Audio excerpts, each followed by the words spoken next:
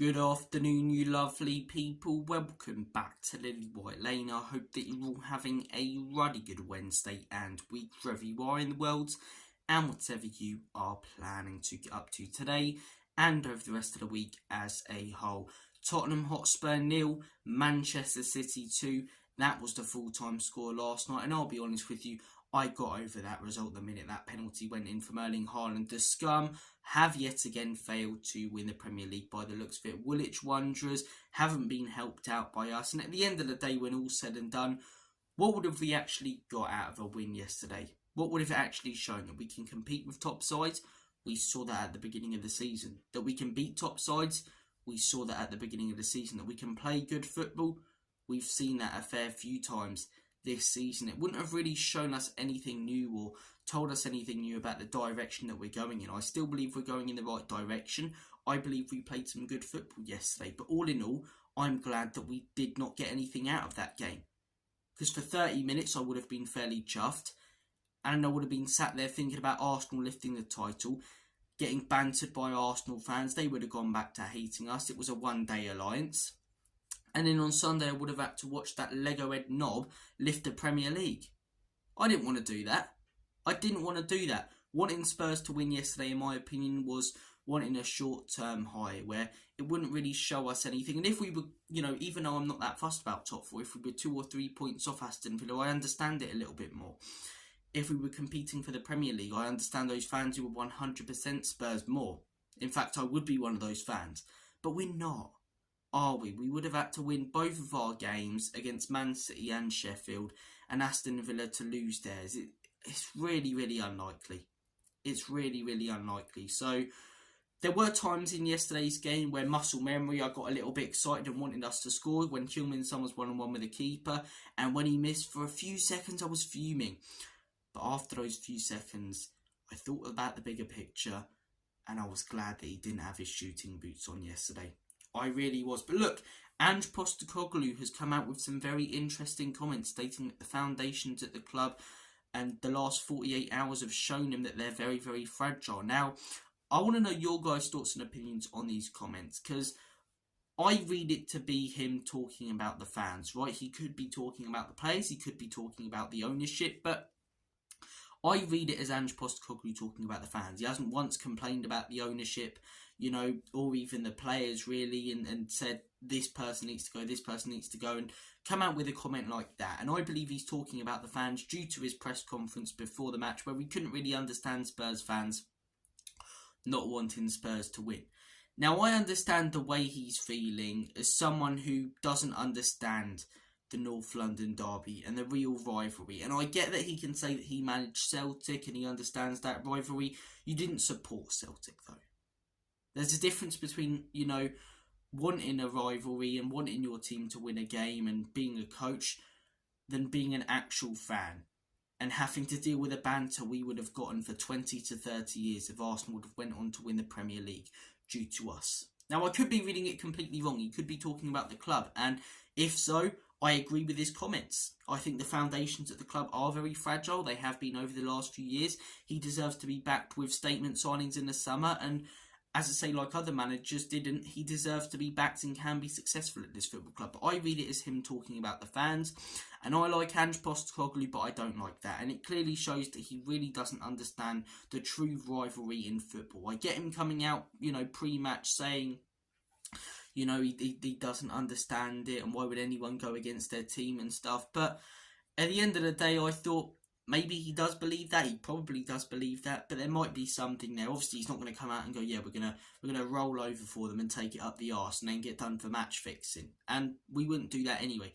But to come out with these sort of comments that he has, the foundations at the club are very fragile. I read it as him talking about the fan base and their ambitions and aims. And I'll put it this way. I'd want Spurs to win yesterday if we beat Liverpool.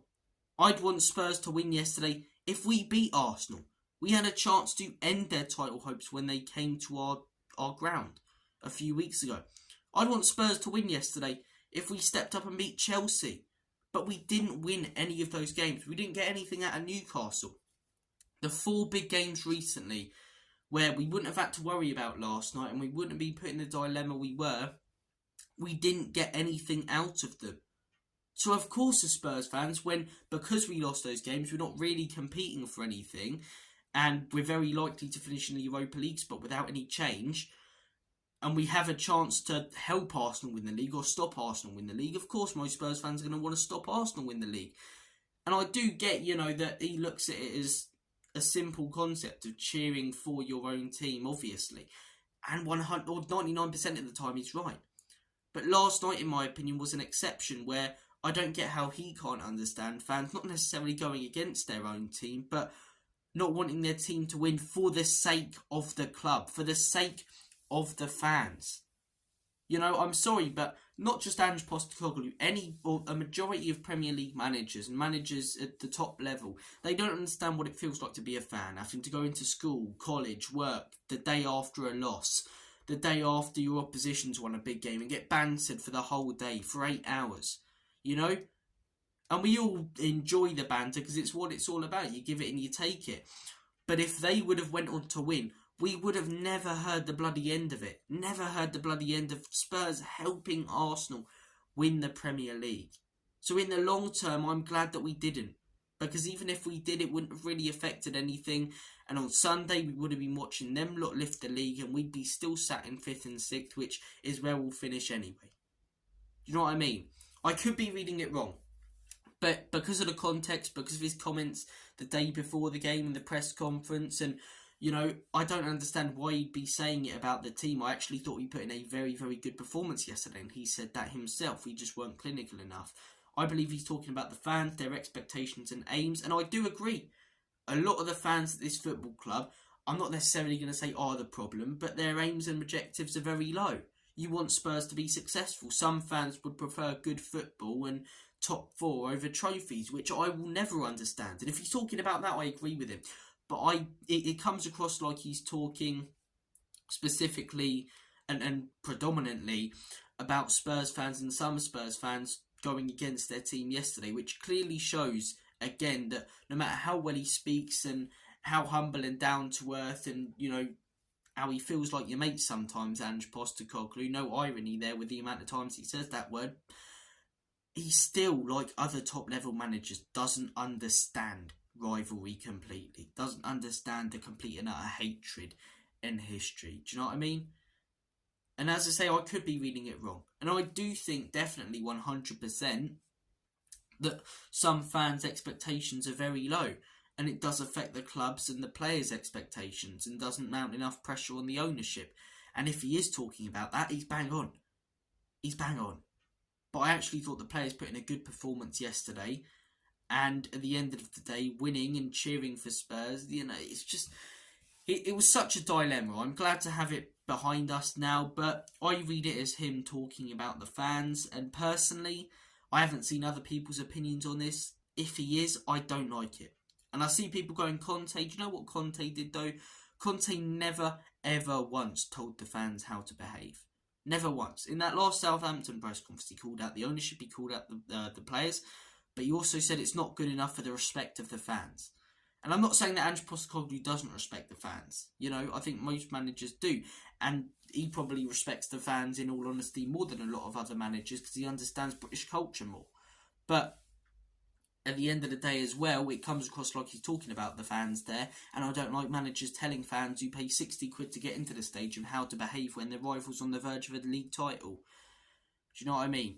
If he's talking, as I say, about, trying to build something here and the players and the ownership, agree. But talking about the fans, if you're talking about the fans in the context of their aims and objectives need to be higher, I can get behind that. But yesterday, not understanding the exception, why fans feel the way that they do, I don't get it. I want to hear your guys' thoughts and opinions on it. But look, yesterday's game, as I say, it was an interesting one. It was a big dilemma. But at the end of the day, when it all said and done, I'm kind of glad that City did get the win. But look, there were positives to take yesterday. And we play anything like that on Sunday, we'll get a win. Some really, really solid performances in there. The 2 goals, in my opinion, 2 lapses of concentration from Porro and Romero, which Ange was bang on about when he said that's sort of the story of our season. I feel like our defensive coaching, in all honesty, from Ange needs to be a lot better, and positioning, we concede a lot of soft goals.